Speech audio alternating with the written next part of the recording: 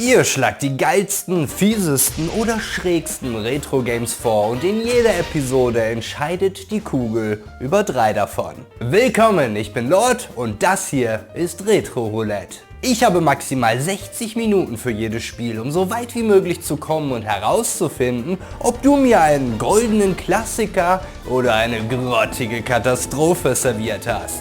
Die Einsätze sind gelegt, nichts geht mehr. Wird es ein genre-revolutionierendes PC-Rollenspiel, ein quirliges Nintendo Jump'n'Run oder vielleicht ein bockenschwerer Sega-Titel? Hat die Kugel erst einen Lauf, hält kein Teufel sie mehr auf.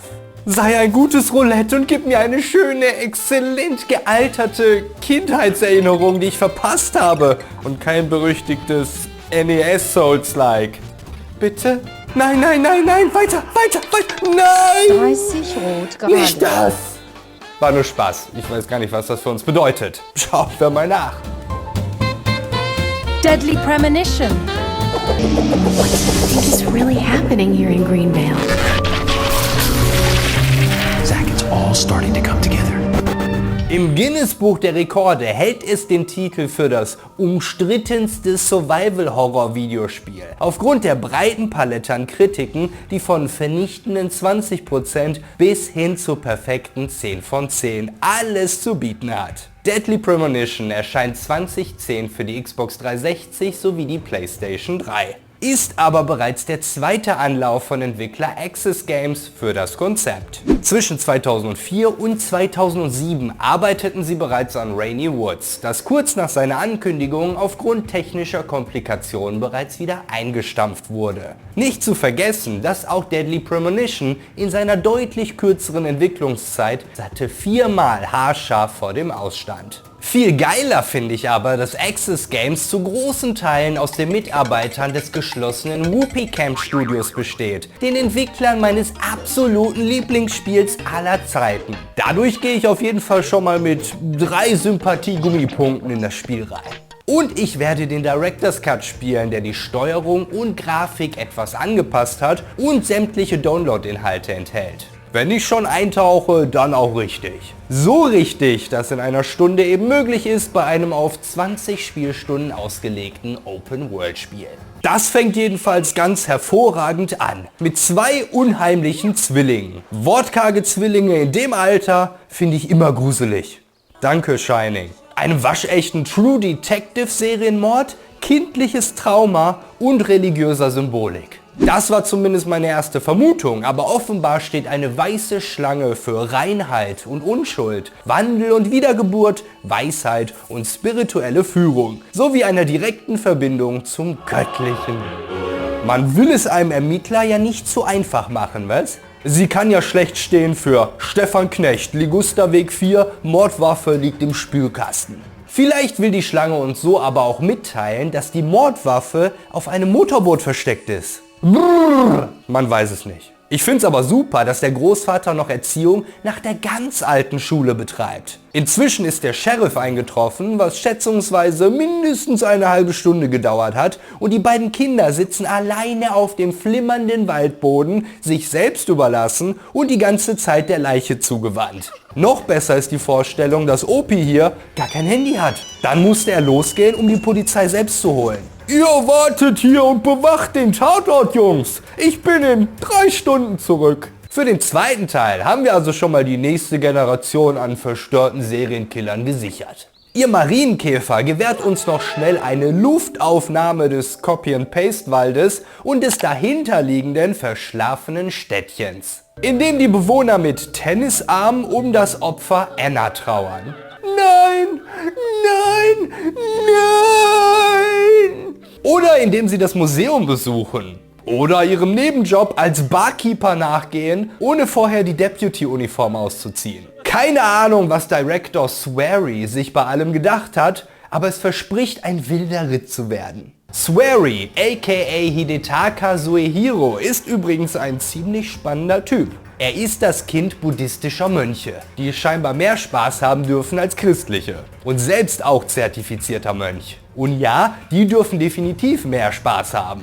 Denn ein anderer Spitzname von Swery ist Drink King, weil er laut seinem Instagram-Account ständig am Saufen ist. Immerhin aus guten Gründen. Trinken bei Samstag. Und er ist eng befreundet mit Suda51, der bekannt ist für Spiele, in denen Waffen reden oder mit einer Kettensäge ausgerüstete Cheerleader den abgetrennten Kopf ihres Freundes am Gürtel durch die Zombie-Apokalypse tragen. Swery erfüllt also sämtliche Voraussetzungen auf meiner Bingo-Karte für den Creator eines herausragenden Spiels. This story is very strange and very nasty. Da haben wir es. Und genauso strange schmeißt das Spiel mich dann auch ins Gameplay und damit beginnt unser 1-Stunden-Countdown. Wir treffen Francis York Morgan, Special Agent beim FBI, der scheinbar in einer Vision mit den beiden Zwillingen feststeckt, die sprachlich offenkundig von den Sims abstammen. Nachdem ich mit allen Gegenständen im Raum interagiert habe und die erste Edition der York-Sammelkarte finde, die offenbar $200 wert ist, sind die Gören bereit, meine Anwesenheit anzuerkennen und entlassen mich in die normale Welt. Normal, haha, mach dich auf was gefasst. Ich steige an der Stelle aber mal lieber aus, weil York hier gerade im strömenden Regen viel zu schnell über eine unbeleuchtete Landstraße fährt und dabei raucht, telefoniert und auf seinem Laptop herumtippt. Wenn ich das sehe, kriege ich Herzflimmern. Siehste, ich hab's doch gewusst. Au. Den Regenmantelkiller mal ganz außen vor lassend, hat mich die Szene aber auf ihre ganz eigene Art verstört. Erst einmal passen die Sounds irgendwie nicht zu einem plötzlich fliegenden Auto. Schon gar nicht eins, das gleichzeitig Funken vom Unterboden, aus dem Radkasten und vom Kofferraum versprüht. Und warum bremsen Leute in diesen Szenen eigentlich nie? York sieht eher so aus, als wäre er froh, eine Abkürzung gefunden zu haben und drückt noch einmal gehörig das Gaspedal durch. Das verstört selbst die äußerst seltenen Schimpansenhörnchen. York jedoch nicht. Den kann scheinbar nichts aus der Ruhe bringen. Obgleich er nicht angeschnallt war, übersteht er den Crash ohne jegliche Kratzer. Zumindest ohne neue. Die Süßen hier stammen aus seinem letzten Fall, bei dem sich die Catwoman Rasierklingen unter die Nägel geschoben hatte. Den gefühlten 10. Sargnagel der letzten 5 Minuten anzündend, geht es dann wohl zu Fuß weiter. Joker und Joker Jr. im Ladebildschirm sind auch schon ganz aufgeregt. Doch vorher holen wir uns noch schnell unsere Agentenauszeichnung für diese bravouröse Landung ab und genießen die Sounds fürs Finden von Items, für Bestätigen von Menüs und fürs Drücken der Pause-Taste, die mir bei jeder Aktion ein schlechtes Gewissen bescheren. Das Pause-Menü finde ich aber absolut großartig. Wie lange ist es her, dass man so durch ein Spielemenü navigieren durfte? Gibt mir richtige Retro-Vibes. Genauso wie das Silent Hill Stahlrohr als erste Waffe, mit der man konsequent sämtliche dieser vollkommen nutzlosen Zäune demolieren kann.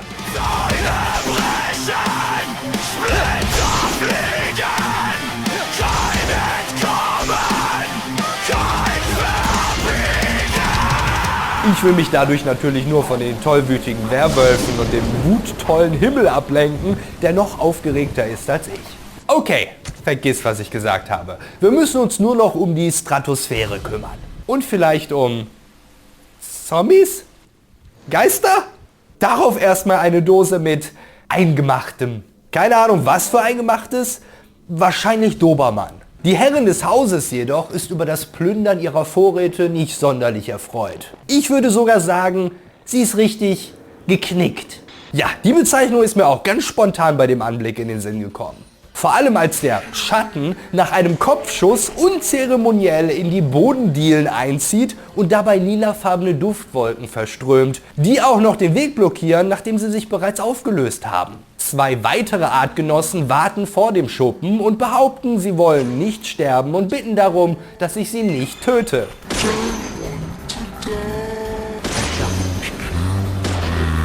Aber sie sprechen so undeutlich. Also aktiviere ich mit Hilfe des Generators diese elektrische Sci-Fi Dino Crisis Tür, die auf jeden Fall hier mitten im Wald im Nirgendwo etwas zu suchen hat. Boah Lord, du suchst auch in jeder Suppe das eine Haar, du Lutscher. Viel besser, es ist sogar ein respawnender Lutscher.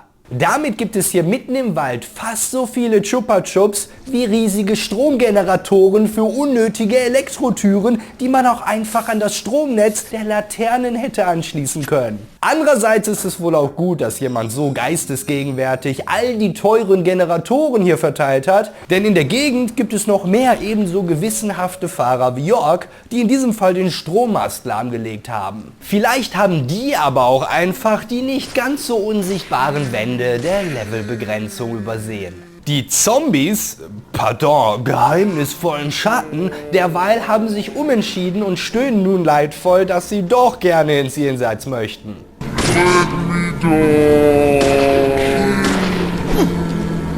Wenn ich aber diese perfekt synchronisierten Tanzchoreografien sehe, fällt mir das verdammt schwer.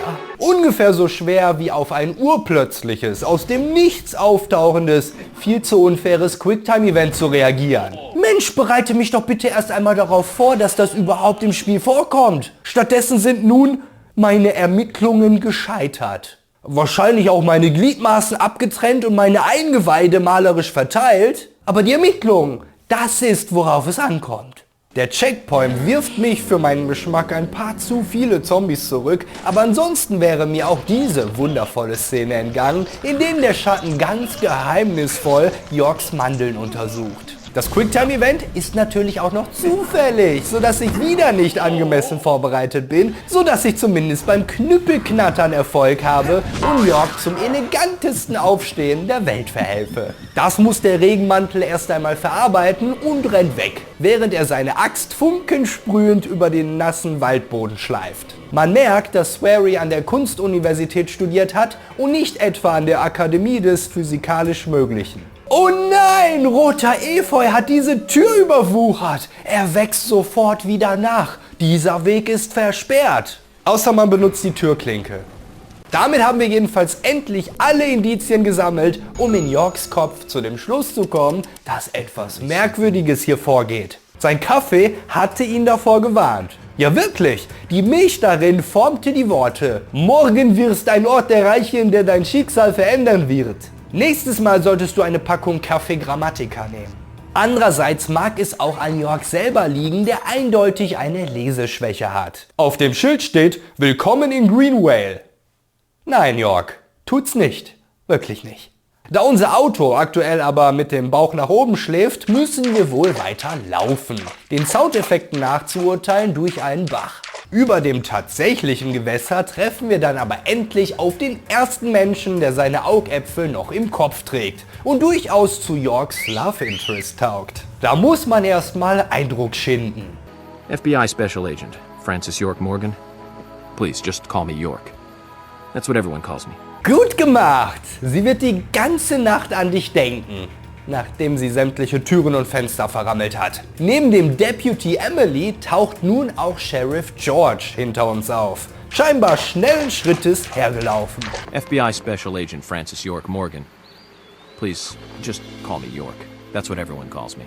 Ja, richtig, York. Halt dir alle Optionen offen, falls das mit Emily nichts werden sollte. Doch der Sheriff spielt den Unnahbaren sehr überzeugend und ist offenkundig nicht begeistert darüber, dass sich das FBI in seine Angelegenheiten einmischen möchte. Dennoch nehmen sie ihn mit nach Greenvale und auf dem Rücksitz ist genug Zeit für ein Schläfchen, das uns in das bizarre Waldzimmer zurückversetzt. Dieses Mal ist die Tür offen und wir treffen auf einen kleinen Jungen im Pyjama, der uns beibringt, dass die Schatten einen nicht sehen können, wenn man den Atem anhält. Danke, Tony Tutorial. Das ist bestimmt schon bald sehr hilfreich. Es könnte sich ja vielleicht einer davon unter dem Kingdom-Sized Bett verstecken, in dem York am nächsten Morgen erwacht. Erstmal ein Kippchen und dann macht er sich auf die Suche nach Kaffee. Bin schon neugierig, welche Kurzgeschichte wir heute darin zu lesen kriegen. Beim Durchstreifen des zweifelsohne größten Hotels des Bundesstaates finden wir endlich auch die Cafeteria und die Hotelbesitzerin Polly Oxford, die ich fast erschießen wollte, bis ich gemerkt habe, dass sie in die menschlichere Richtung geknickt ist. Is everything all right, Mr. Morgan? Okay, die Szene hat mich echt gekriegt. Wie unfassbar großartig ist das bitte? Allein dieser skurrile, cartoonartige Anblick und dann die mehrminütige Dialogsequenz, in der es darum geht, dass York und Polly sich über die Distanz nicht richtig verstehen können. Die Hotelbesitzerin aber auch ablehnt, näher bei ihrem Gast zu sitzen, weil sie ihren verstorbenen Ehemann noch liebt. Okay, Polly, dann halte ich meine Kaffeeseance eben alleine ab. Auch wenn die Milch dieses Mal nicht mehr ausspuckt als die Buchstaben F und K. Die beiden Buchstaben dazwischen waren wahrscheinlich zensiert. Aber York ist sichtlich und höchst beunruhigend zufrieden damit. Sheriff George hat uns einen Polizeiwagen zur Verfügung gestellt und da wollen wir doch gleich mal sämtliche serienmäßige Funktionen ausprobieren. Scheibenwischer, Handbremse, Sirene und natürlich den Turbo. Da habe ich die Rechnung nur ohne geheimnisvolle Schattenbäume gemacht, die plötzlich in der Realität auftauchen. Toll, York. Mit vollem Turbo frontal und ungebremst in einen Baum hineinzufahren, hat uns jetzt 2% Schaden gekostet.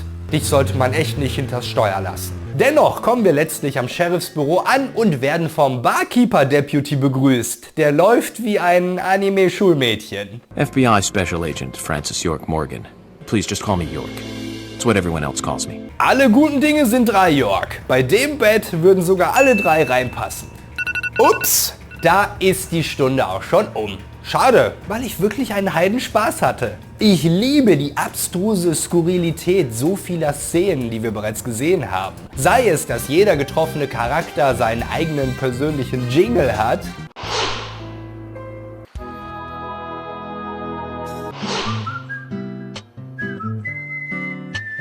oder dass unser Abenteuer von dem großartigsten Soundtrack begleitet wird, der je jemanden über die Lippen gekommen ist. Aufgrund all der breit gefächerten Verrücktheit habe ich glatt vergessen, dass eine Frau ausgeweidet und auf einen Baum gehangen wurde. Sehr spannend ist auch der Ansatz, dass York in seinen Gedanken ständig mit seinem imaginären Begleiter Zack spricht und ihm gerne Spielentscheidungen überlässt, sodass es sich wirklich so anfühlt, als würde York mit dir als Spieler reden. Ich bin tatsächlich daran interessiert, wie es weitergeht, auch wenn gerade die Kampfsequenzen mich an das verhasste erste Alan Wake erinnern und ich auch Skepsis bezüglich des erzwungenen Realismus mitbringe. So hat York eine Hunger- sowie Müdigkeits- und Hirschanzeige, ebenso wie der Polizeiwagen augenscheinlich regelmäßig getankt werden möchte. Auch kann man sich rasieren und duschen, da man ansonsten über die Tage hinweg verwahrlost und so zu stinken beginnt, dass man von Fliegen umkreist wird. Swery wollte diese unperfekte Menschlichkeit in sein Spiel integrieren, auch wenn es aus Spielersicht sicherlich nicht die unterhaltsamsten Mechaniken sind. Wobei es auch irgendwie hervorragend zu der Verrücktheit des Spiels passt, wenn ich irgendwann als stinkender, übermüdeter York mit Vollbart am Tatort auftauche. Retrojäger liegt auf jeden Fall goldrichtig mit seiner Annahme, dass mir das Spiel zusagt. Vielen lieben Dank für den Vorschlag. Und jetzt wird es wieder Zeit fürs Schicksal. Was verbirgt sich wohl hinter dem zweiten Gewinner des heutigen Abends? Pokémon Stadium Minigames. Pipi-Kapi! Die Pokémon Stadium Teile sind 1999 und 2000, bei uns jeweils ein Jahr später, erschienene Nintendo 64 Spin-offs der Pokémon-Reihe. Deren Japan-exklusiver Vorgänger Pocket Monster Stadium ist der erste Versuch, die Taschenmonster vom Game Boy in 3D-Grafik zu überführen. Anders als die Rollenspiele der Hauptreihe beschränkt sich das Spielprinzip von Stadium allerdings auf das namensgebende Stadion, wo im Akkord Kämpfe stattfinden, die man gegen Freunde oder NPCs in Meisterschaften austragen kann. In jedem Kampf werden 3 Pokémon des eigenen Teams mitgenommen und ihre Angriffe dann ganz bezaubernd kommentiert. Sie heizen sich mit Drohgebärden an. Es gräbt sich in den Boden. Ein wahres Spannungsfeuerwerk. Das hat gebrettert. Den Surfer zum Gruß. Oh, auch das schlug fehl. Nein, das hat nicht funktioniert. Da kriege ich glatt FIFA 98 Flashbacks. Ich habe das übrigens mal recherchiert. Im ersten Pokémon Stadium wird der Stadionsprecher von Henrik van Y gesprochen, den du vielleicht in einer Maggi oder Ferry Ultra Werbung schon mal gehört haben könntest. Nur das Original hat eben diese Perfektion, diesen Schmelz, diese Ausgewogenheit, diese Diese Nudeln in Tomaten-Mozzarella-Sauce. Im zweiten Teil hingegen hat man mit Kai Taschner richtig aufgestockt. Der hat nämlich einen Lebenslauf, da wird jeder Fan wuschig. Er ist die Telefonstimme des Killers in Scream, er ist Chucky, der Plastiksoldat in Toy Story, Eddie Brock sowie Venom in New Spider-Man, seit 2014 spricht er Mr. Burns in den Simpsons, er ist Handsome Jack in Borderlands 2, Rick aus Rick and Morty sowie der Quizmaster in You Don't Know Jack 2 bis 4. Kai, wenn du das hier siehst, ich will ein Kind mit deinen Stimmbändern. Ich weiß nicht, wie das biologisch machbar sein könnte, aber wir werden einen Weg finden. Gemeinsam. Über diesen Vorschlag habe ich mich ganz besonders gefreut, weil es eine wirklich schöne Kindheitserinnerung ist. Als Sony-Jünger hatte ich nie einen eigenen N64, aber einer der Jungs in unserer Grundschulklicke und entsprechend waren wir ständig bei ihm, um entweder Super Smash Bros. Oder Pokémon Stadium zu zocken. Damals hat sich ja einfach alles um Pokémon gedreht. Die Gameboy-Spiele wurden rauf und runter und wieder zurückgezockt, die Karten wurden gesammelt. Jedes Heft mit Pikachu musste gekauft werden. Die Junior-Tüte stellte sämtliche Grundnahrungsmittel, wenn Pokémon Spielzeug beigelegt wurde, und auf dem Schulhof wurde über nichts anderes philosophiert, als was der Titel der nächsten Anime-Folge bedeuten könnte. Den ersten Titelsong kann ich noch bis heute auswendig. Auf Deutsch und Englisch. Und Pokémon Stadium. Nach diesen oftmals sogar ziemlich hässlichen Pixelporträts auf dem Gameboy, all die Monster plötzlich in 3D zu sehen, zu einem gewissen Grad beweglich. Das war schon eine gewaltige Faszination, die hervorragend kaschiert hat, dass das Spiel quasi keinen Inhalt hatte. Außer, und das hat jeder gefeiert, die Minispiele. Ein Mario Party in deinem Pokémon-Spiel. Lange bevor ich überhaupt wusste, was Mario Party ist. Das erste Pokémon Stadium hatte 9 solche Minispiele zu bieten und ich habe mir vorgenommen, alle davon zu gewinnen. Mal sehen, wie das so klappt. Carpadors Platscher ist eine Art Quicktime-Event. Mit dem A-Knopf vollführt der nutzlose Karpfen einen Sprung, der höher geht, wenn man den Knopf gedrückt hält. Möglichst passgenau zu dem Zeitpunkt, wo sein wahrscheinlich erstickender Körper auf dem Boden aufprallt, muss man aber erneut A drücken, um möglichst schnell den nächsten Sprung auszuführen und den eigenen Zähler hochzutreiben. Versaut man das Timing, bleibt der Fisch für ein paar Momente liegen, wie auf dem Grill. Kein Problem, war ein Sieg in erster Runde, auch wenn die resigniert nach fehlendem Wasser schnappenden Carpadors hier etwas deprimierend anmuten. Bevor wir zum nächsten Spiel wechseln, überlasse ich euch aber noch ein wenig den ASMR-Qualitäten von 4 wild durcheinander springenden Karpfen.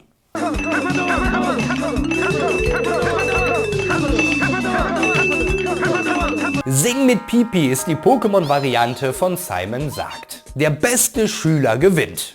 Boah, war ich nie, muss ich zugeben. Wobei es zumindest in der 5. Klasse noch für einen 1er-Schnitt gereicht hat. Später war ich dann eher so ein Carpador. Das Elton John PP gibt auf der Tafel also eine länger werdende Tastenreihenfolge an, die man sich in Sekunden merken muss, um sie dann unter Zeitdruck einzutippen, nachdem sie weggewischt wurde. Passend zu den jeweiligen Tasten gibt's dann eine singende Choreografie und einen cartoonigen Gummihammer für verpatzte Kommandos. Bei zu vielen Schlägen auf den Kopf trägt man übrigens Hirnschäden davon und verliert die Kontrolle über seine Extremitäten. Das Spiel habe ich richtig rasiert. Nachdem die erste Runde mich etwas überrumpelt hat, ging es dann bis zu 12 Tasten fehlerfrei durch. Bin aber froh, dass die Computer mich ab hier vom Haken gelassen haben. Noch eine Pipi-Symphonie hätte ich jetzt nicht gebraucht. Noch fest in meiner Erinnerung verankert war auf jeden Fall das Radfratzrennen. Zum Rennen hämmert man auf den A-Knopf und zum Springen über plötzlich auftauchende Hindernisse drückt man schnell nach oben. Die Hitbox verzeiht hier auf jeden Fall sehr großzügig. Entsprechend war auch das kein Problem. Richtiger Pokémon-Meister hier am Start. Nun etwas, das meinem steigenden Alter immer angemessener wird. Kampf der Schnarcher. Ein Rhythmusspiel, bei dem man den A-Knopf drücken muss, sobald das Pendel die rote Markierung erreicht. Die sich gegenüberstehenden Pokémon setzen dann die Attacke Hypnose ein und schläfern sich gegenseitig für ein paar Augenblicke ein, bis sie irgendwann gar nicht mehr aufwachen und ausscheiden. Das letzte Hypno, das noch wach ist, gewinnt. Also verlieren alle, weil das alles Traumatos sind. Erinnert mich verdächtig an ihn hier. Dieser Enton kostet als Stofftier 560 Mark. Das Spiel war auf jeden Fall nicht meine Stärke. Keine Ahnung, ob es hier einen zu großen Input-Lag gibt, ich die ideale Position des Spiels nicht erkannt habe oder einfach keinen Rhythmus im Blut habe. Aber mein Traumato hat sich zum Mittagsschlaf niedergelassen. Der Sieger dann nach kurzem Jubel übrigens auch. Als Trick findet man dann aber schnell heraus, dass man wirklich auf das Metronom hören, sowie weniger auf die rote Spitze und mehr auf das aufleuchtende Pendel achten sollte. Hier kann ich euch natürlich auch nicht ohne eine kurze ASMR-Session entlassen, die ich Schnarchen in Agrabah nenne.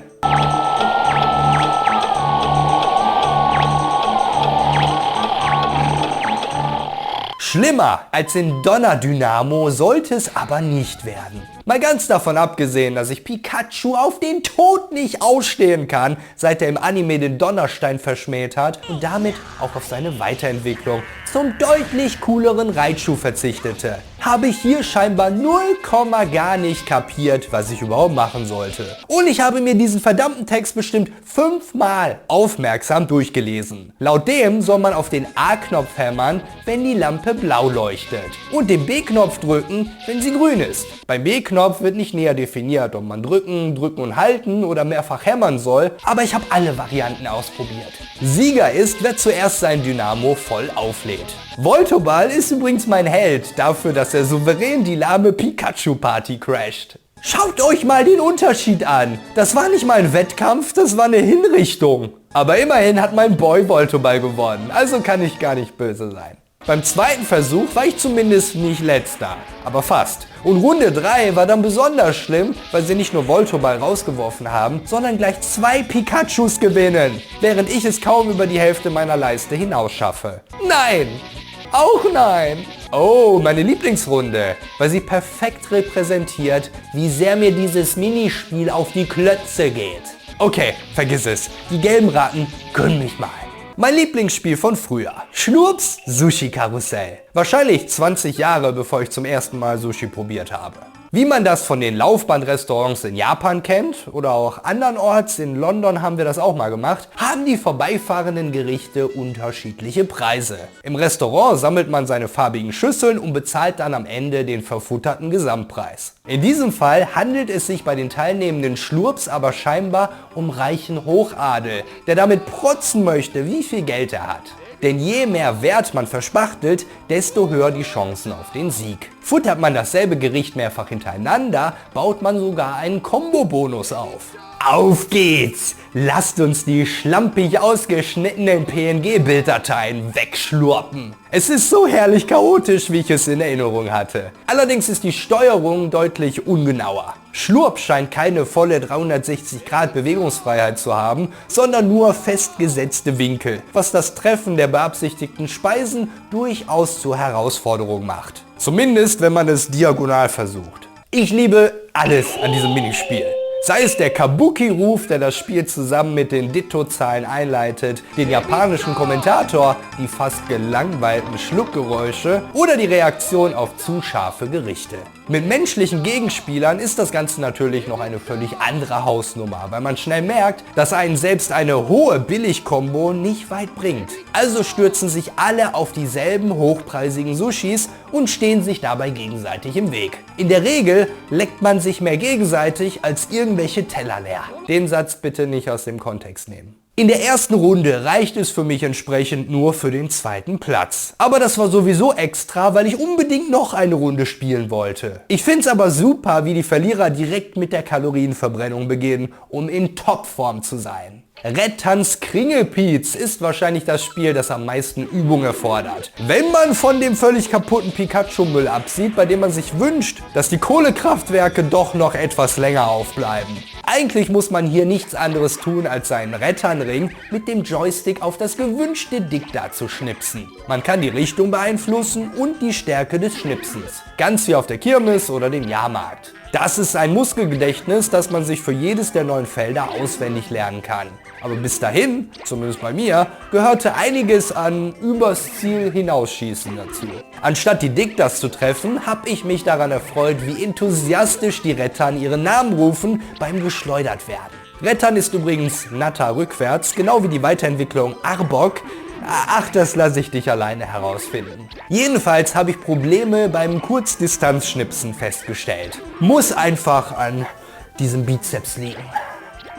Weshalb ich mich clevererweise auf die letzte Reihe fokussiert habe, die keinerlei Feingefühl erfordert. So habe ich auch kurz vor Abpfiff noch den goldenen Dill-Dicta ergattern können. Aber auch nur, weil die Computergegner hier echt grottig sind. Das Härtner-Duell ist ein weiterer meiner Favoriten. Leicht zu spielen, aber schwer zu meistern. Als Safcon oder Kokuna kannst du mit dem A-Knopf beliebig oft und lange Härtner einsetzen, um dich vor herabfallenden Felsen zu schützen. Zumindest so beliebig lange und oft, wie deine persönliche KP-Leiste reicht. Eine AP-Leiste hätte zwar mehr Sinn gemacht, aber wem sage ich das? Hypno? Gewissermaßen läuft also alles wieder einmal auf ein Rhythmusspiel hinaus, bei dem man anhand der Schüsse und der Schatten abwägen muss, wann der Fels einen treffen wird. Je kürzer man zu Selbstschutz Härtner einsetzt, umso länger hält die eigene Energieleiste. Das verleitet einen gerne mal dazu, es zu sehr wissen zu wollen, aber glücklicherweise sind die Kokons sehr elastisch und die Computergegner zu vorsichtig. Definitiv eines der spaßigsten Minispiele der Sammlung, gerade wenn wer auch immer hier hinten hinter den Hügeln eine ganze Salve von Felsen hintereinander abfeuert. Letzter im Bunde ist der große Schaufler. Ein Button-Mash-Spiel, das endlich auch mal die Schultertasten einbezieht. Sandern ist auf der Suche nach Wasser und buddelt sich dafür in den Boden ein, indem man abwechselnd die linke und rechte Schultertaste drückt. Je schneller du drückst, desto schneller buddelt die Handtasche. Kommst du allerdings aus dem Rhythmus, passiert dasselbe auch auf dem Bildschirm. Dafür bin ich aber natürlich viel zu gut.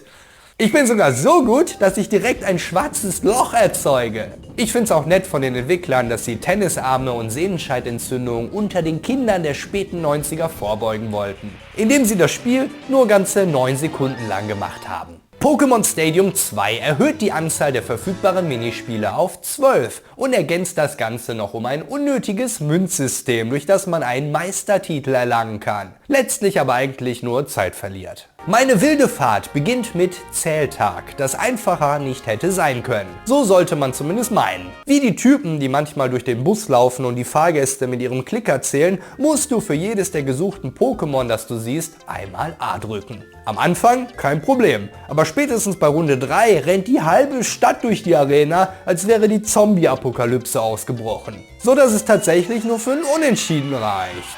Hier kommt dann aber gleich eine weitere Neuerung von Teil 2 zum Tragen. Das Quiz, das die Entscheidung herbeiführen soll. Zum Glück kenne ich mich mit Schwänzen aus und weiß sofort, wie viele davon ein Tauros hat. Weiter geht's mit Botogel Express, das hervorragend in unsere Jahreszeit gerade passt. Denn die Pokémon befinden sich in der Werkstatt des Weihnachtsmanns und müssen Geschenke umverteilen. Wie eine ganze Reihe der Minispiele ist auch Botogel Express eine Abwandlung zum Vorgänger. In diesem Fall Sushi Karussell. Du holst unten ein Geschenk vom Laufband und lieferst es oben ab. Möglichst ohne überfahren zu werden. Identische Geschenke sorgen für einen Punktebonus und alles hat natürlich einen unterschiedlichen Wert. Denn, und das habe ich zugegebenermaßen überlesen, kann man bis zu 5 Geschenke auf einmal in seinen Sack packen. Allerdings, je nachdem wie schwer die Geschenke sind oder wie viele man davon einpackt, umso langsamer läuft auch das Botogel und damit ist es nicht mehr so einfach zu vermeiden, überfahren zu werden.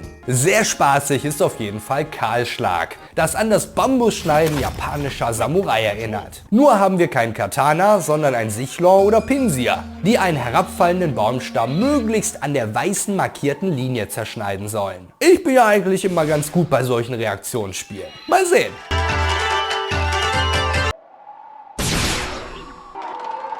Jupp, 3 von 5 Mal Punktlandung. Die anderen habe ich Insektenspray schnuppern lassen. Ich liebe in diesem Minispiel übrigens die Liebe zum Detail, wie die dekorativen Carpador auf der Pagode im Hintergrund oder die Webarak, die die Baumstämme hochziehen. Und natürlich auch schön, dass unser Kabuki-Rufer wieder einen Job bekommen hat. Über Stock und Stein ist offensichtlich die Neuauflage des Radfratz-Rennens. Aber auch hier recht einfallsreich zu einem neuen Spiel gemacht. Dieses Mal gilt es auf einer Bahn durch Links-Rechts-Bewegung den nahenden Hindernissen auszuweichen und im Idealfall dabei so viele Turbomarker wie möglich zu berühren. Denn wie man sieht, ist das eine haarscharfe Nummer. Du bist das Haar, ich bin scharf. Weniger erfreut bin ich darüber, dass Pichus Kraftwerk eine Adaption von meinem Nemesis-Minispiel aus dem Vorgänger darstellt. Dieses Mal wird es noch anspruchsvoller, indem man nicht nur auf das blaue und grüne Licht achten muss, sondern auch noch mit dem Steuerkreuz in die vorgegebene Richtung zu drücken hat. Ich gönne den Sieg auf jeden Fall unserem polnischen Kollegen Picek hier. Ja, wie man sieht, hat sich mein Verständnis dieses Spielprinzips nicht ebenso weiterentwickelt wie das Spiel selbst. Aber zum Glück gibt es hier direkt 4 Kugeln, auf die es mir gehen darf. Golbats Flutter ist ein besseres Flappy Bird, bei dem man durch wiederholtes A-Drücken seine Höhe bestimmt, während es gilt, Herzen zu sammeln und zu behalten. Erwischt man ein vorbeifliegendes Magnetilo, verliert man Herzen. Ebenso, wenn man eines der anderen Golbats berührt, was auf dem überschaubaren Bildschirm ständig passiert. Kurz vor Ende verliere ich noch Mario Kart-Style fast alle meine Herzen, weshalb es in die Entscheidungsrunde geht, wo ich wild raten muss. Keine Ahnung, in welcher verdammten Stadt der Fremdenführer Immobilien unterhält. Wenn ich dort je auf Durchreise sein sollte, werde ich es niederbrennen. Auf Viseniors Bolzwiese geht es dann so hektisch zu wie bei Whack-A-Mole. Mit den Richtungstasten entscheidest du, wo sich dein Visenior hinbewegt und mit A stößt du zu. Sinn und Zweck ist es, die hereinkullernden Pokebälle in das eigene Tor zu befördern, um Punkte zu erzielen, während man die anderen daran hindert, bei sich zu punkten. Hier hat man, zumindest gegen den Computer, eigentlich schnell den Bogen raus. Es ist nicht schwer, als Erster in der Mitte zuzuschlagen und dann kann man quasi mit verbundenen Augen per Steuerkreuz in seine Ecke wechseln und mit A-Mashing das Ding versenken. Klappt in 8 von 10 Fällen und wenn man sich dabei auf die besonders wertvollen Meisterbälle konzentriert, ist das ein Kinderspiel. Für Donphans Windsprint hat man sich augenscheinlich von Micro Machines inspirieren lassen. Du steuerst dein Donphan per Steuerkreuz über 9 Runden hinweg durch den Rundkurs und versuchst am Ende Erster zu sein. Tatsächlich ist es aber auch von Vorteil, in jeder Runde Erster zu sein, weil man je nach Platzierung mehr Staubwolken pro Runde einsetzen kann, die den Bananenschalen in Mario Kart gleichkommen. Für mich ist auf dem Bildschirm aber schon zu viel los, sodass ich die Sternchen über meinem Donphan völlig übersehe. Die anzeigen, wie viele Tornados ich noch loslassen kann. Weil, sind wir mal ehrlich, Wolken sind das nun wirklich nicht. Nicht wahr, Hypno? Den Capoeira-Kreisel gab es so ähnlich mit ziemlicher Sicherheit auch schon in irgendeinem Mario Party. Du steuerst dein Capoeira mit dem 3D-Stick und setzt mit A Turbodreher ein und das Ziel ist es, deine Gegner aus dem Ring zu schlagen. Beyblade lässt grüßen! Ein Spiel, auf dessen Ausgang man gefühlt wenig Einfluss hat. Oder vielleicht ist auch nur die Gegner-KI deutlich besser geworden. Auch Prallball ist die Adaption eines Videospielklassikers, des allerersten, wenn man so will. Mit 4 Pantimos spielen wir nämlich Pong. Kenner werden aber wissen, dass Pantimos zu den Psycho-Pokémon zählt und mit Hilfe des A-Knopfs entstehen dadurch auch schon mal Telekinese-Manöver wie das hier. Ein Minispiel, das wieder ein bisschen mehr Spaß macht als die letzten 4. Richtig psychologisch wird es mit Evoli bei Obstsalat. So zumindest die Theorie. Wie bei Reise nach Jerusalem schlawinern die Spieler um die Futterglocke in der Mitte herum, bis ein Griffel sie aufdeckt. Durch schnelles Drücken des A-Knopfs gilt es dann, der Erste zu sein, der das Obst erreicht. Doch Vorsicht, es kann sich auch ein Tanzer darunter verbergen. Unfassbar kreativ benannt, wenn ihr mich fragt. Und das bedeutet, eine Runde auszusetzen. Damit geht aber auch der psychologische Aspekt einher, indem man mit dem B-Knopf ein Vorpreschen antäuschen kann. Wäre ganz witzig, wenn einem das Spiel genug Zeit lassen würde, überhaupt auf die anderen Spieler zu achten. Und wenn man ansonsten gewissenhaft abliefert, dann kann man es sich auch leisten, eine Runde am Rand zu verschnaufen. Ist vielleicht auch nicht die schlechteste Idee, wenn man ohnehin die ungesündeste Gesichtsfarbe aller Spieler hat. Fang das Ei ist dann auch noch ein echter Klassiker. Vom Himmel herab fallen Eier und durch Rechts-Links-Bewegungen gilt es, so viele davon zu schnappen wie möglich. Und so sehr ich die Voltobälle heute auch lieben gelernt habe, sollte man ihnen hier dringlichst ausweichen. Spieler 2 ist mir anfänglich noch auf den Fersen, aber ab der Hälfte entwickelt er einen Elektroschock-Fetisch und es wird wieder mal zum Kinderspiel. Während viele der Minispiele in Sekunden vorbei sind, fragt man sich hier aber tatsächlich öfters, wie lange es denn noch gehen will. Und dann hört es ausgerechnet auf 2 Sekunden, bevor ich die 100 voll mache. Der Monk in mir ist außer sich. Besonders großartig ist es, wie der Gewinner die sorgfältig gefangenen Eier überschwänglich in den Fluss wirft. Weil what the hell, wer kann schon 95 Eier essen? Die Minispiele souverän abgehakt, möchte ich mich aber nochmal am Quiz selber probieren. Manche Fragen sind pipi einfach, wenn man schon seit Jahrzehnten Pokémon spielt. Andere hingegen sind geradezu abenteuerlich, wenn gefühlt nach der Farbe des Blumentops im 3. Haus von rechts in der 5. Stadt gefragt wird. Und dann gibt's natürlich die neuen Live-Fragen wie, welches der folgenden Pokémon ist silbern? Das kommt einem, wie heißt Ash Ketchum mit Vornamen gleich. 14 Fragen in einer Minute beantwortet, in der die meiste Zeit dabei drauf geht, aufs Ausschreiben der Frage zu warten. Ich bin zufrieden mit mir. Wo die Spiele nun schon mal eingelegt sind, komme ich aber natürlich nicht drum herum, auch mal eben in einen Pokémon-Kampf reinzuschlüpfen. Ich fand es ja schon damals ziemlich clever, sein Team durch dedizierte Controller-Tasten auszuwählen, sodass auch ein zweiter Spieler, der auf denselben Bildschirm glotzt, keine Ahnung hat. Nur die verdrehten Namen habe ich nie kapiert. Wobei ein Kachupi durchaus so amüsant ist wie ein Pipi, das lediglich die Rechtschreibung ändert. Wie es am Ende aber auch heißt, die Aussprache des Stadionsprechers ist eh nicht zu toppen. Ringfrei für Anton. Aber er sagt ja auch Pokémon. Wird der Pokémon-Typ den Kampf beeinflussen? Marius hat ganz recht damit, dass die Minispiele kurzweilig, abwechslungsreich und einfach spaßig sind. Außer sie involvieren Elektroattacken. Er schreibt, dass er mit dem Scharnierer Eierfangen sogar seinen Kindheitsschwarm beeindrucken konnte, dann aber doch einen Korb gekriegt hat. Hey, sie ist positiv. Mit so einem Korb kannst du jetzt noch besser die Eier fangen. Vielen Dank für deinen tollen Vorschlag. Es war ein Hochgenuss, wieder mal in meine Kindheit abzutauchen. Wir lassen die Kugel entscheiden, welches Spiel heute das Finale bildet. Und ich muss echt sagen, es wird es schwer haben, die vorangegangenen noch zu toppen. Großes Kompliment an eure Picks. Okay, die Kugel ist gefallen und damit ist Spiel 3 heute... Wenn du deinen Spielevorschlag auch hier auf dem Tisch sehen möchtest, dann schreib ihn jetzt in die Kommentare. Lass gerne auch eine kleine Anekdote da wie Marius, was du mit dem Spiel verbindest, und noch gernerer kannst du mir eine Aufgabe stellen, die ich in der Teststunde zu absolvieren habe. Sei es ein bestimmtes Geheimnis zu suchen, einen Cheat auszuprobieren oder was auch immer sonst dir einfällt. Im angepinnten Kommentar findest du alphabetisch die bisherigen Vorschläge. Ich freue mich drauf. 5 rot ungerade. Nightmare Creatures. Ja geil! Wollte ich immer schon mal ausprobieren. Nightmare Creatures für die PS1 erscheint 1997 bzw. 98 bei uns in der Hochzeit der aufkeimenden Survival-Horror-Spiele und ist in deren Umfeld durchaus ein frischer Wind.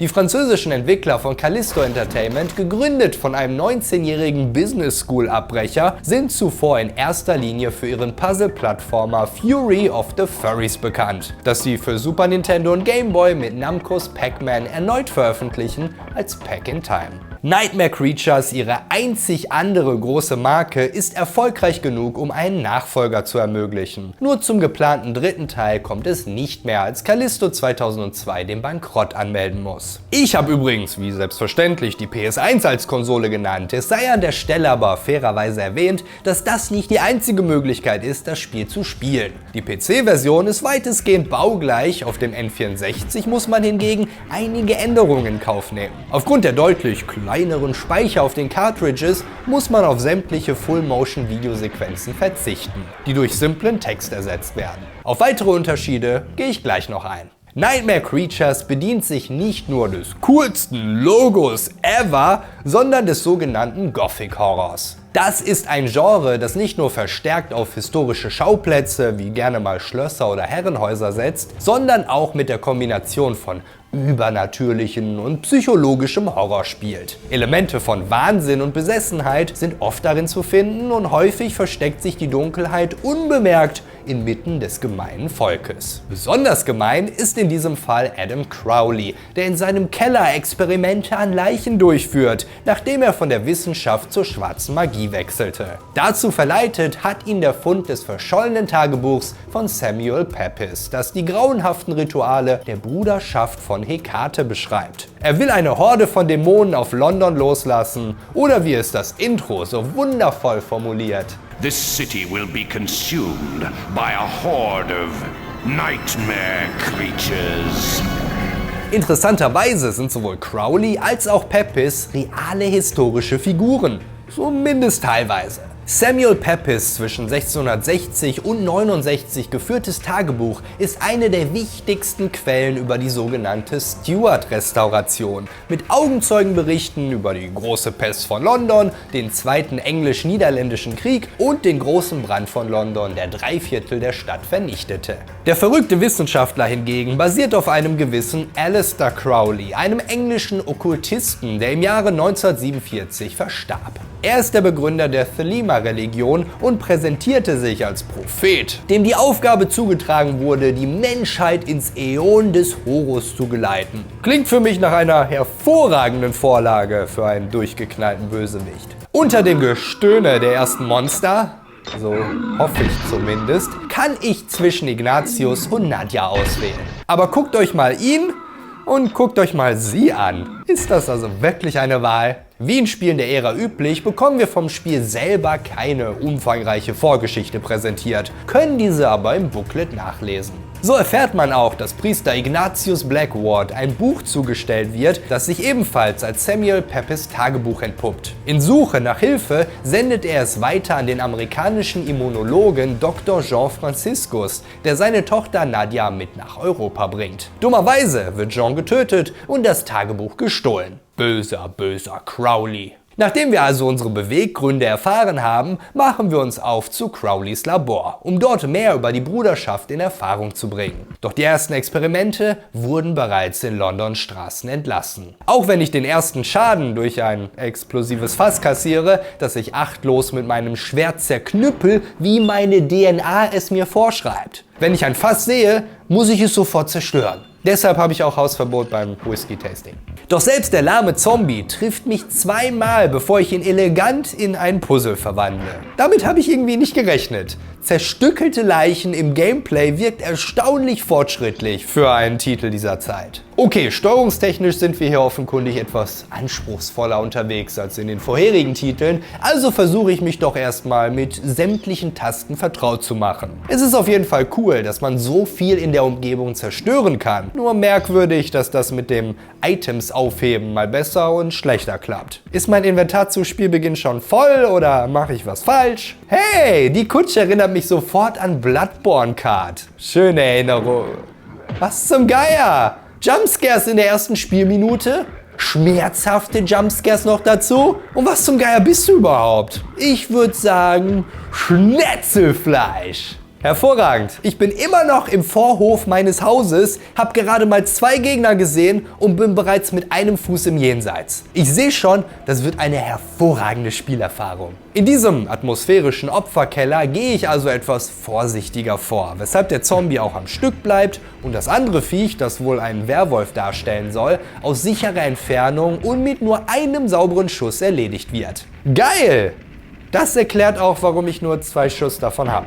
Aber zum Glück versteckt sich hier Nachschub. Jetzt muss ich nur noch an der richtigen Stelle stehen und den richtigen Knopf drücken und vorher im Idealfall sicher gehen, dass der Zombie wirklich tot ist.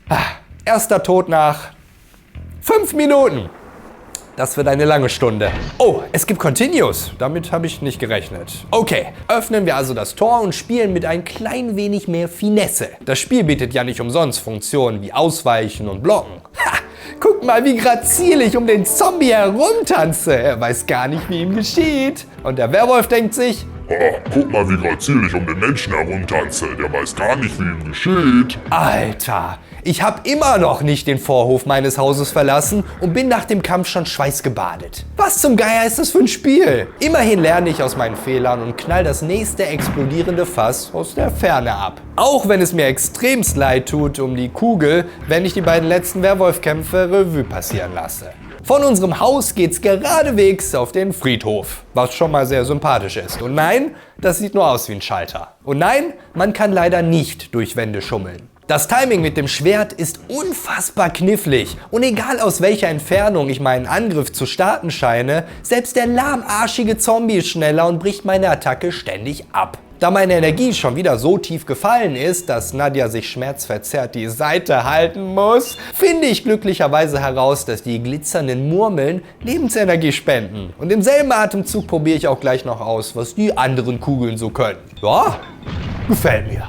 Boah, du blöder Köter. Da kann ich ja ausweichen, timen und Minen werfen, wie ich will. 10 Minuten um. Wie war das mit Wahnsinn und psychologischem Terror? Aber volles Rohr. Also schlage ich einen anderen Weg ein und da wartet auch so eine Promenadenmischung auf mich. Es ist ja durchaus eine ungewollte Eigenart vieler dieser frühen Survival-Horror-Spiele, dass man an den meisten Konflikten einfach vorbeirennen kann. Schauen wir doch mal. Ach ja klar, Werwolf auf den Fersen und dann noch ein Zombie und 2 feuerspuckende Gargoyles. Küss mir die Füße. 61% Monster reicht mir vollkommen. Und nur 66% der Items spricht auch dafür, dass es in dem ziemlich übersichtlichen Level wohl noch einige Geheimnisse zu finden gibt. Wahrscheinlich Mauerhühnchen. Nach aufbauenden Worten des Erzählers Prepare to die in Spitalfield. begeben wir uns nach Spitalfield, einem realen Londoner Stadtteil übrigens. Alles an diesem Spiel ist echt. Die Entwickler haben nicht umsonst auch echte Blaupausen aus dem 19. Jahrhundert als Vorlage für ihre Maps genutzt. Kleiner Fun-Fact für zwischendurch. Auch hier begrüßt uns direkt die nächste ansehnliche Kreatur. Was bist denn du? Großvater Werwolf? Mit 4 Armen und 2 Köpfen bist du wohl ein Pepis. Was für ein schönes Vermächtnis. Es gibt sogar Nebel hier. Und zwar deutlich feiner als bei Silent Hill. Muss man dem Spiel lassen. Optisch und technisch ist es schon beeindruckend. Okay, abgesehen davon, dass sie mich einfach unvorangemeldet anspringen, mag ich die Pepis echt gerne.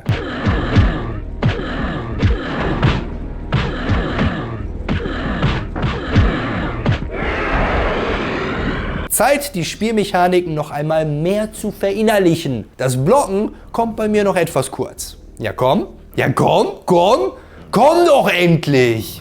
Alter. Wir stellen aber fest, dass das Kämpfen am allerbesten funktioniert, wenn du den Gegner in die Enge treibst. Oh hallo, wer bist du denn? Killer Croc? Diese Grafik sagt Docker. Schließen wir einen Kompromiss, ich nenne dich Crocker. Und mit einer Wand hinter dir mag ich dich echt gerne. Überhaupt scheint das dahingehend ein echt dankbares Level zu sein, mit seinen engen Gassen. Und es ermöglicht auch ein wenig Erkundung mit der einen oder anderen Verzweigung, sodass ich sicherheitshalber nochmal zurücklaufe, um nichts zu verpassen. Wie diese tolle kleine Schatzkammer hier mit einem Extra-Leben und einem 3-läufigen Revolver. Die spinnen, die Briten. Den es auch gleich mal auszuprobieren gilt, nachdem ich keine Ahnung habe, was dieser grüne Trank gemacht hat. Ich dachte ja eigentlich, dass es ein Säurefläschchen ist, das ich werfen würde, aber anscheinend hat die gute Nadja es einfach getrunken. Na, vielleicht wusste sie auch nicht, was es ist. Also, der Revolver. Oh ja, bezaubernde Pirouette. Und der Freund hier entpuppt sich als richtiger Bluter. Scheinbar könnte ich ewig so weitermachen und seine Todesanimation hinauszögern. Aber ich habe ja nur eine Stunde. Also Ruhe in Frieden. Ruhe du auch in Frieden, Nadja. Also wenn 2 Brocken auf einmal auftauchen und selbst wenn man effektiv nur gegen einen davon kämpft, wird's schon verdammt brenzlig. Ich wollte nur schnell feststellen, ob das wirklich an dem Duo lag. Tat es nicht. Noch 2-mal. Wie wunderbar. Die aufkochende Wut muss ich dann jetzt einfach an diesen beiden Zombies auslassen. Pardon? An diesen 4 Zombies. Hey! Wer hat gesagt, dass du deine Freunde rächen darfst, du Hafensänger? Und der nächste von deiner Sorte fängt jetzt auch noch mit Blocken an, als hätte er Stahlschienen um die Unterarme angelegt. Und um den ganzen die Krone aufzusetzen, sprengt jetzt auch noch jemand die Brücken, damit ich mich zusätzlich an Plattforming-Einlagen ausprobieren darf. Ein Element, das für die N64-Version übrigens stark zurückgefahren wurde. Der Übeltäter ist aber scheinbar Crowley selbst, der das Ende des Levels anzeigt. Na endlich! Immerhin haben die ganzen verlorenen Nerven satte 87% der Monster zur Folge gehabt. Die Bürger von Spitalfields können heute Nacht wieder beruhigt schlafen. Mit Ausnahme von ein paar vielleicht. I hope you like snakes. Schlangen? Ja, sind ganz okay. Spinnen wären schlimmer. Oh, okay, erster Boss. Der Soundtrack droppt so ein paar Hinweise.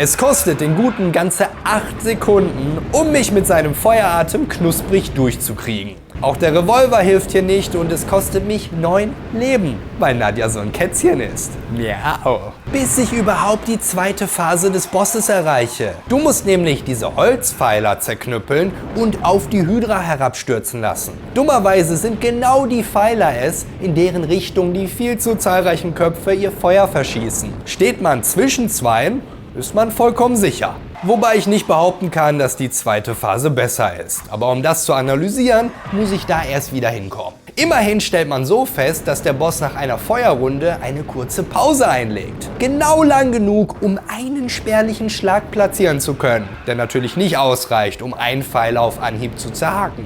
Ganz davon abgesehen, dass das runde Layout des Levels das Zielen und Treffen irgendwie deutlich erschwert und jegliches Ausweichen genau die Distanz überbrückt, um dich wieder genau in einer Flammenwolke stehen zu lassen. Selbst Nadias Backen sind schon aufs Äußerste gespannt. In der zweiten Phase wird es dann jetzt essentiell zu blocken, um den Beißangriffen zu widerstehen, bevor Hydra bzw. die Kanalisationsschlange versucht, dich mit einem Schleuderangriff dran zu kriegen. Und als wäre das noch nicht genug, kriechen jetzt auch noch Zombies aus dem Wasser. Und als wäre das nicht genug, bleiben sie von den Angriffen der Schlange unbeeindruckt. Und just in dem Moment, in dem man einen davon zerhackt, taucht direkt der nächste auf.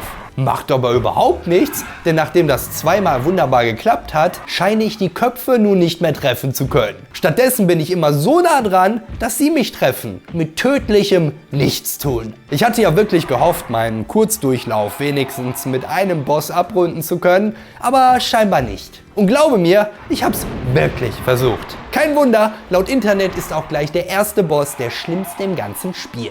Das finde ich auch heraus, als ich den Rest meiner Teststunde mit Cheats verbringe und ins letzte Level springe, um mich Crowley zu stellen. Auf dem Dach der Westminster Abbey Kirche mutiert Crowley selbst zum Monster und entsendet seine Feuer hinter sich herziehenden Flattermänner, die glücklicherweise nicht sonderlich viel einstecken und noch glücklicherweise nicht respawnen. So stellt Crowley sich mir also persönlich und wirkt dabei deutlich kleiner als in seiner King Kong Hommage. Noch erfreulicher ist aber, dass auch bei ihm das altbewährte Prinzip des in die Ecke Drängens funktioniert. Nicht ganz so lupenrein wie bei den Werwölfen, aber immerhin. Ich muss nur 1/3 der Leben verbrauchen, die der ercheatete Spielstand mir großzügig zur Verfügung gestellt hat. Ich bin geradezu schockiert, wie schnell Crowley klein beigibt und sich in der Schlusssequenz von einer vermummten Gestalt auslachen lässt. Nicht unbedingt ein Ende, für das sich das Erdulden all dieser Strapazen lohnt. Aber vielleicht wird das ja in der Fortsetzung besser, die man nach dem Abspannen bereits in einem Friedhof in meiner Nähe ankündigt.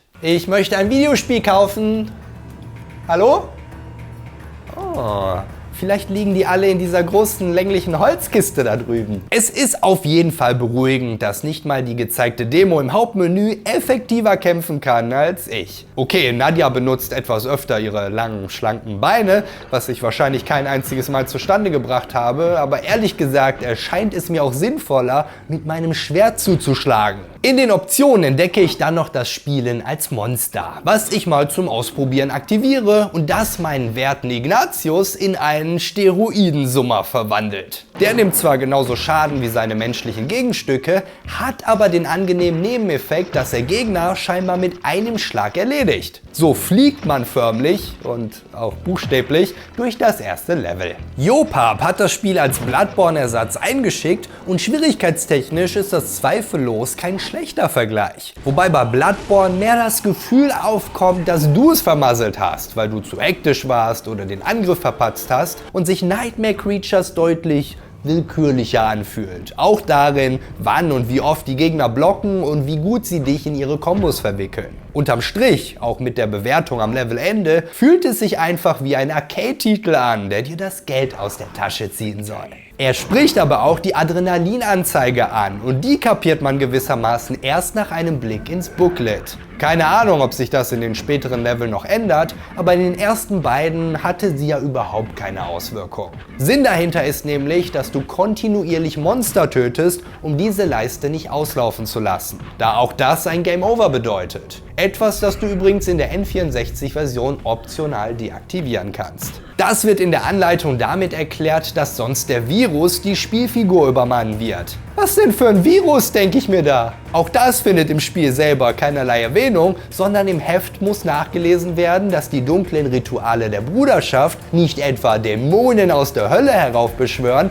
sondern das Entdecken eines Virus zur Folge hatten. Aber grundsätzlich stimme ich dir zu, Jopap. Es ist eine geile Idee, den Spieler konstant anzutreiben, sodass er keine Zeit hat, sich vor der nächsten Auseinandersetzung zu drücken. Es war eine Erfahrung. Vielen Dank dir für den spannenden Pick, den Electronic Gaming Monthly als Mischung aus Tomb Raider und Resident Evil beschrieben hat. 3 Spiele und alle auf ihre eigene Art faszinierend. Sei es aufgrund ihrer technischen und spielerischen Innovation für die Entstehungszeit, aufgrund ihres einzigartigen Humors oder einfach nur wegen zeitlosem Spielspaß. Pokémon Stadium macht aus letzterem Grund und natürlich auch wegen der wohligen Nostalgie damit das Rennen für mich. Allerdings dicht gefolgt von Deadly Premonition, das ich definitiv weiterzocken möchte. Nightmare Creatures war zwar interessant, spielerisch, aber leider überhaupt nicht mein Ding. Da würde ich mir lieber nochmal die Zähne an Bloodborne ausbeißen. Einen Rundumschlag der anderen Art von mehreren tollen Spielen findest du in diesem nur 4 Minuten langen Video über Momente, die unser Herz gebrochen haben. Andere Herzensbrecher sind auf jeden Fall meine Kanalmitglieder Retrojäger, Michael, Robin, Pure German Entertainment, Mergu, Mick is my Nick, Dr. Tatwaffe, muss mal was sagen, Jürgen, der Paule und BTD, die den Content hier aktiv unterstützen. Vielen Dank für euren Lord Support.